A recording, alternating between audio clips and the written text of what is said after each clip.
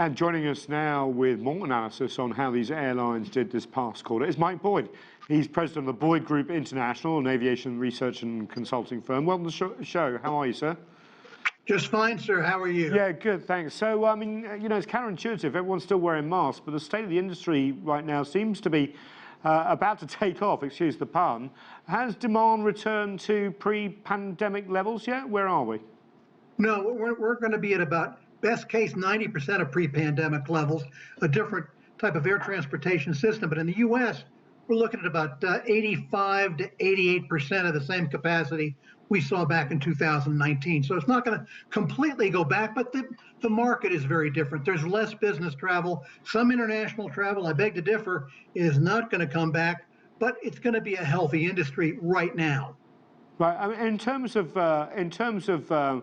obviously, we've got higher oil prices, we've got inflation rampant, people are worried about their paychecks. Are people still wanting to get on the flights because they just haven't traveled and want to go and see their relatives and get moving again? I think that's been the case over the last 6 months, where people were locked up and they want to get out, as we say here in the U.S., they wanted to get out of Dodge and see the family. Absolutely. But I think that's going to get diminuted as inflation now is close to 10%. Prices are going up. It'll really be the fourth quarter where we see whether or not this rebound will continue. I have some severe doubts. What are those doubts exactly? Because also, I just like to throw this in the mix. The airlines cut back dramatically. And, we've seen recent flight cancellations. There are stressed out workers. They can't find enough pilots. So is that one of the factors that you're thinking about or as well? Yeah, it certainly is one of the factors that your airline schedules aren't very robust. If one flight cancels, don't worry, passengers, we get another flight next week. Those kind of things don't set well. But the fact is, most of the summer traffic, I think, has been purchased.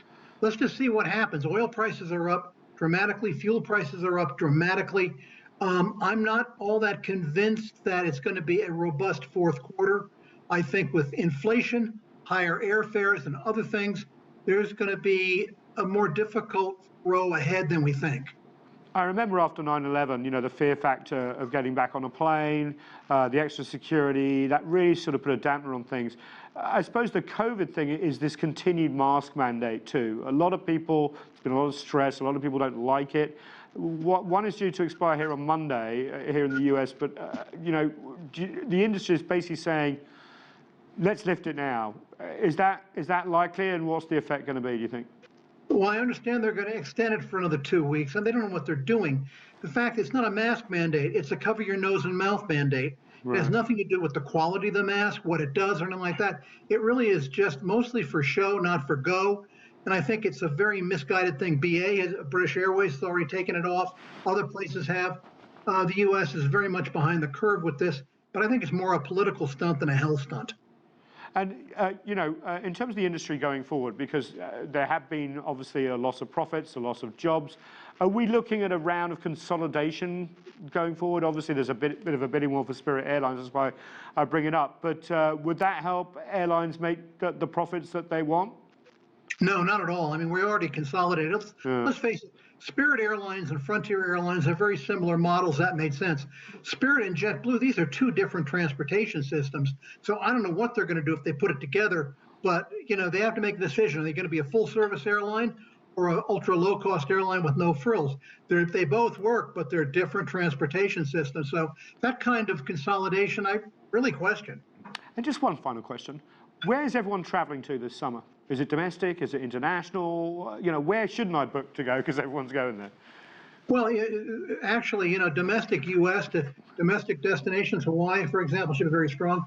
But I disagree. I mean, U.S.-China traffic is absolutely gone from 3 million people, probably down to under 500,000 for a lot of reasons. So Asia is going to be down. I'm not sure about the EU, but basically domestic travel should be very strong. Well, Mike Boyd, always good to talk to you, president of the Boyd Group International. Thanks for your insights, sir.